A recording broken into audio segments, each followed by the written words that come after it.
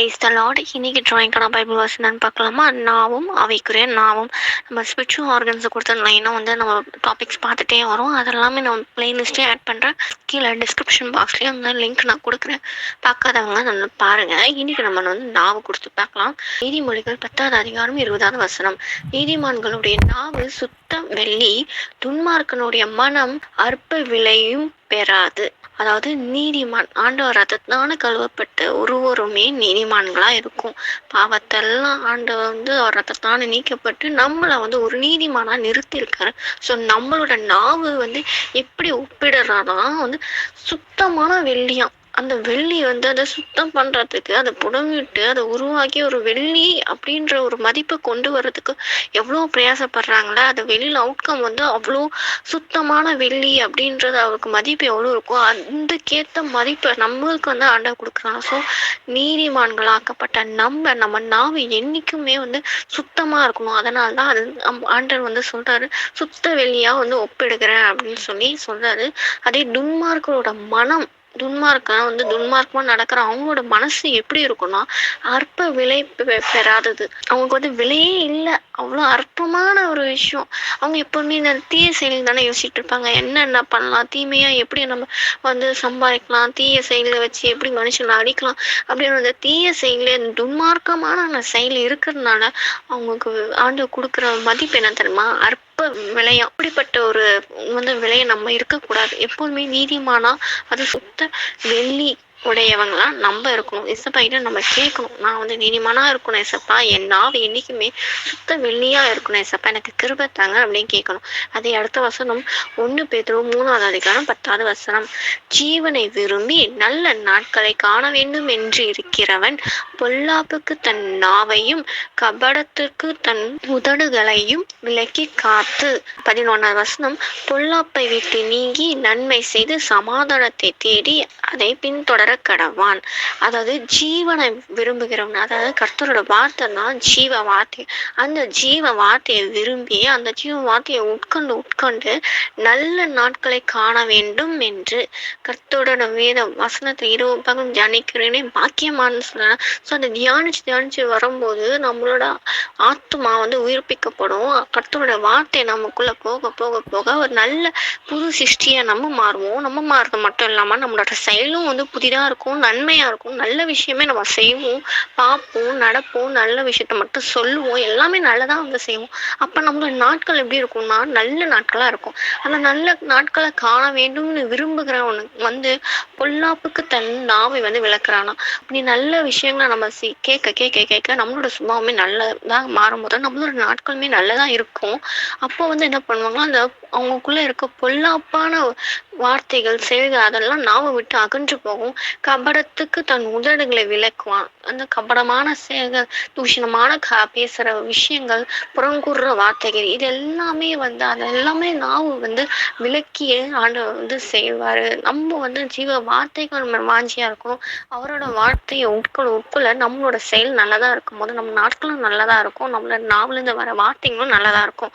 So அந்த பொல்லாப்பை விட்டு நீங்க எல்லா பொல்லாப்பையும் விட்டு நீங்கி நன்மை செய்யும் போது நமக்குள்ள ஒரு சமாதானம், நன்மை செய்து சமாதானத்தை தேடிக்கொள்வோம், அதன்படி நடக்கவும் கடவும் அப்படின்னு சொல்லி சொல்றாரு. ஸோ நம்ம ஆண்டவர்கிட்ட கேட்கணும், ஆண்டவரே சபா ஏன் நாவு எப்போதுமே வந்து கபடமற்றதா இருக்கணும், சுத்தமா இருக்கணும், பரிசுத்தமா இருக்கணும், நீதிமானா நான் ஃபர்ஸ்ட் இருக்கணும். அப்பதான் வந்து உங்க வார்த்தையை நான் வந்து தியானிக்க முடியும், எடுத்துக்கொள்ள முடியும், செயல்பட முடியும். என்னோட நாட்களும் நன்மையா இருக்கும், நான் நன்மையா இருப்பேன், பிறருக்கும் நன்மை செய்வேன், அவங்களோட வாழ்க்கையும் நன்மையா இருக்கும், நல்ல நாட்களை காண முடியும், எனக்குள்ள சமாதானத்தை உண்டாக்கும்படி செய்வீங்க, பிறருக்கு ஆசீர்வாதமா மாற்றுங்க. நன்மையினால என் வாழ்க்கையும் சரி, என் நாவும் சரி, என் சுத்தி இருக்கணும் சரி, நன்மையினால திருப்தி ஆக்குவீங்க ஏசப்பா. என் உடலும் கபடமான விஷயங்களை பேசாதபடி, செயல்படாதபடி விலகி காத்துடுங்க. நான் சுத்தமானதே பேச எனக்கு உதவி செய்யுங்க, கிருபை தாங்க ஏசப்பா அப்படின்னு சொல்லி ஆண்டவர்கிட்ட கேட்போம். அடுத்தது ஆவிக்குரிய நாவு நம்ம பார்க்கலாம்.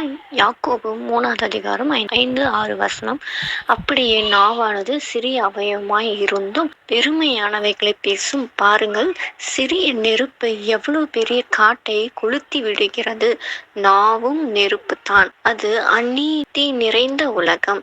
நம்முடைய அவயவங்களின் நாவானது முழு சரீரத்தையும் கரைப்படுத்தி ஆயுள் சக்கரத்தை கொளுத்தி விடுகிறதாயும் நரக அக்கினியினால் கொளுத்தப்படுகிறதாயும் இருக்கிறது.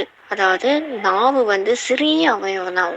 நம்ம அவயவங்களை பார்த்தோன்னா அது சிறிய அவயவம், ஆனா அது பெருமையானதுங்களை பேசலாம். ஆண்டவருக்கு பெருமை வந்து எதிர்த்து நிற்கிறார் இல்லையா, தாழ்மையாளருக்கும் கிருபை அளிக்கிறார். ஸோ இந்த பெருமையா பேசுறது தான் ஆண்டுக்கு பிடிக்கவே பிடிக்காது. ஆனா நாவு வந்து பெருமையானன்னு பேசும். ஸோ அது ஜாக்கிரதையா நம்ம வந்து பேசணும். பாருங்கள், நெருப்பு வந்து சிறிய நெருப்பு வந்து பெரிய ஒரு காட்டையே அழிச்சது. அதே மாதிரி நம்ம நாவுமே அப்படிப்பட்ட ஒரு நெருப்புடையதா இருக்கு.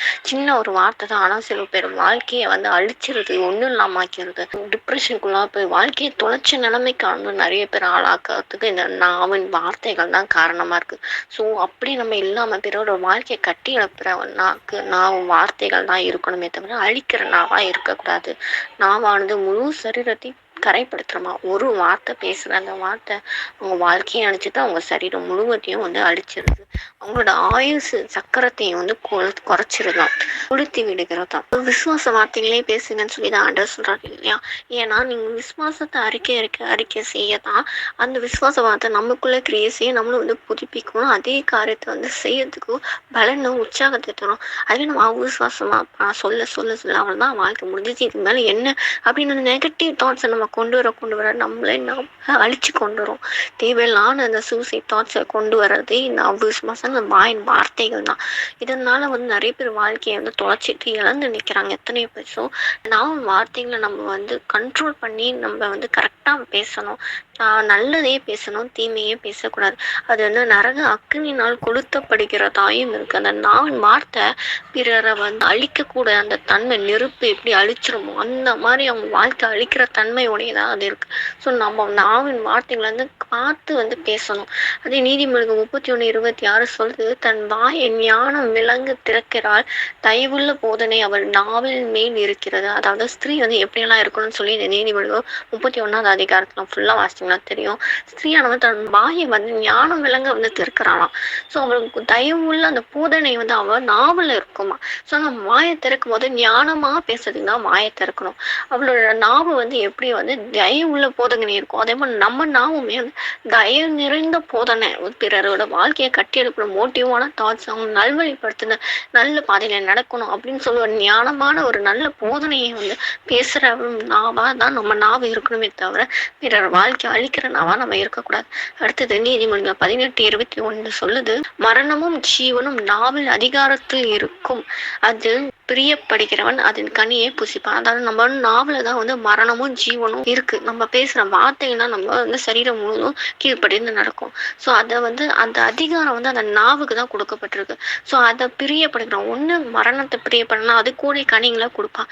மரணம்னா இந்த அவிசுவாசம் செயல பார்த்து அவ்வளவுதான், என் வாழ்க்கையில முடிஞ்சிச்சு, நான் வந்து மறிக்க போறேன், நான் வந்து குடும்பத்துக்கு பாரமா இருக்கேன், நான் இனிமேல் இது செய்ய மாட்டேன், இந்த மாதிரி தீய செயல்களே பேசுறது, அவிசுவாசம் பேசுறதுனால அவன் வந்து மரணத்துக்கு இதுவான விஷயங்களே சிந்திக்கிறான், செயல்படுறான். அதை விரும்புறதுனால தான் அதோட கனியை அவன் மூலியமா வந்து வெளிப்படுது.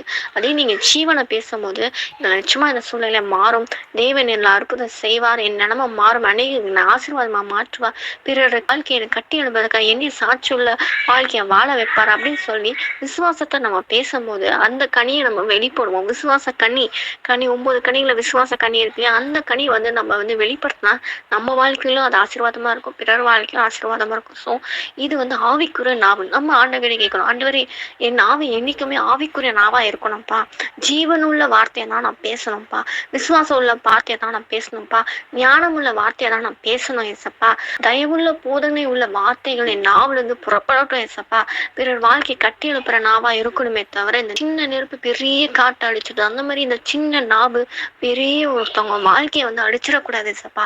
இந்த நாவை நீங்க காவல் வைங்க, என்ன பேசணும் என்ன பேசக்கூடாது நீங்களே என் நாவை வந்து ஆளுகை செய்யுங்க, நீங்க பேசி வழி நடத்துங்க ஏசப்பா. எப்படி நீங்க மோசையோட மந்த நாவை பயன்படுத்தி நீங்க எகிப்து பார்வோன்கிட்டயும் மனுஷன்கிட்டயும் வந்து பேசி நீங்க விடுதலையை கொண்டு வந்தீங்களோ அதே போல என் நாவை நீங்க பயன்படுத்தி வாழ்க்கையை வந்து கட்டி எடுத்து அவங்க அடிமைத்தனத்தை இந்த விடுதலையாக்கி அற்புதம் செய்யுங்க, நான் மறையணும் ஏசப்பா, நீங்க வெளிப்படணும் ஏசப்பா அப்படின்னு சொல்லி ஆண்டவர்கிட்ட நம்மளோட நாவை வந்து ஒப்பு கொடுக்கும் போது நிச்சயமா அந்த நாவை ஆண்டவர் ஆவிக்குள்ள வார்த்தையை பேசுற நாவா நிச்சயமா மாற்றுவாருன்னு எந்த சந்தேகம் இல்லை. விசுவாசத்தோட ஆண்டவர்கிட்ட கேட்போம், பெற்றுக்கொள்வோம். ஆமீன்.